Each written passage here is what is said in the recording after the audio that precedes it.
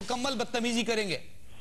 बिल्कुल ये ऐसा ही लग रहा है। और ये उस वक्त हुआ जब अदालत में वक्फा हुआ, और अदालत में वक्फे के बाद अटॉर्नी जनरल पहले आए, बैठे, और जैसे ही वो एतजाज एहसन जो कि वजीर आजम यूसुफ रजा गिलानी की तरफ से वकील हैं, वो उनके साथ बैठे, आपस में मशवरा हुआ। हम दूर बैठे थे, हमने सिर्फ ये देखा कि एतजाज एहसन और अटॉर्नी जनरल आपस में मुसलसल गुफ्तगू करते रहे, और उसके बाद एतजाज एहसन के साथ ही अटॉर्नी जनरल खड़े हुए और उनका जो अदालत के साथ एक जारहाना और बल्कि एक ऐसा मैं इस हवाले से आपको क्या बताऊं कि इंतहाई गैर मुहज़्ज़ब रवैया जो था अटॉर्नी जनरल, जिस तरह से आप बता रहे हैं गैर मुहज़्ज़ब उनका रवैया रहा अटॉर्नी जनरल के खिलाफ, वहां नारे भी लगाए गए, तमाम वकला सामने आ गए और उन्होंने ये भी कहा कि कैसे अटॉर्नी जनरल हो के तौहीन अदालत कर रहे हो। उसके बाद ये खबरें मिल रही थी कि पुलिस तलब कर ली गई। तो अब क्या सूरत हाल आप देख रहे हैं, क्या पुलिस अंदर गई है? यह कार्रवाई जारी है?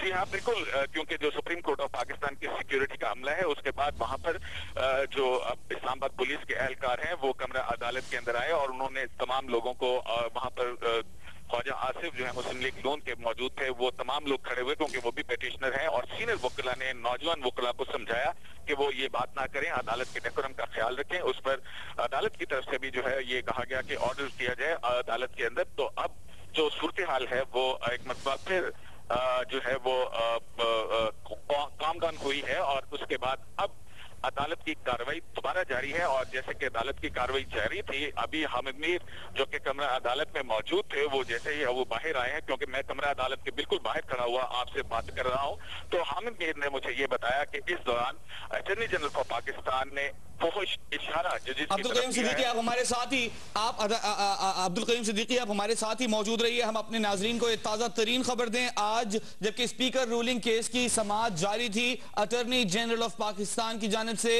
इंतहाई बदतहजीबी का मुजाहरा किया गया, सख्त तरीन अल्फाज इस्तेमाल किए गए, नाजेबा तरीन इशारे किए जाने की खबरें हमें मिल रही हैं। और हम आपको बताएं कि 7 दिन का वक्त दिया गया था, लेकिन रिस्पोंडेंट्स ने इस दौरान कोई जवाब नहीं दिया। और आज जब केस की कार्रवाई का आगाज हुआ, उस वक्त बार बार मुदाखलत करते रहे कार्रवाई के दौरान अटॉर्नी जनरल ऑफ पाकिस्तान, और उसके बाद अब सूरत हाल इंतहाई गंभीर हो गई है। कयूम, जिस तरह से आप बता रहे थे कि कमरा अदालत की सूरत हाल गंभीर हुई, वहां पर बदतमीजी की गई अटॉर्नी जनरल की जानिब से और वकला सामने आ गए थे, उन्होंने उनको रोकने की कोशिश की। अब कमरा अदालत का क्या माहौल है? क्या समाअत दोबारा से शुरू हो गई है और माहौल कुछ बेहतर हुआ है पहले की बनिस्बत?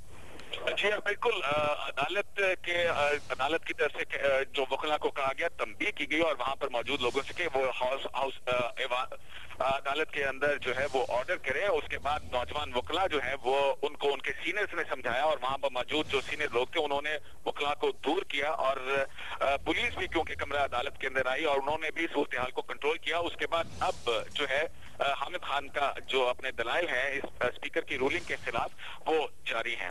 अच्छा, अगर आपको याद हो, अब्दुल करीम सिद्दीकी तौहीन अदालत केस जो था वजीर आजम के खिलाफ, उसके दौरान ही तकर्री हुई है इस नए अटॉर्नी जनरल ऑफ पाकिस्तान की। इनके जरा पस मंजर से मुतालिक और कितना अरसा हुआ इन्हें काम करते हुए, इनके रवैये से मुतालिक जरा हमें बताइएगा।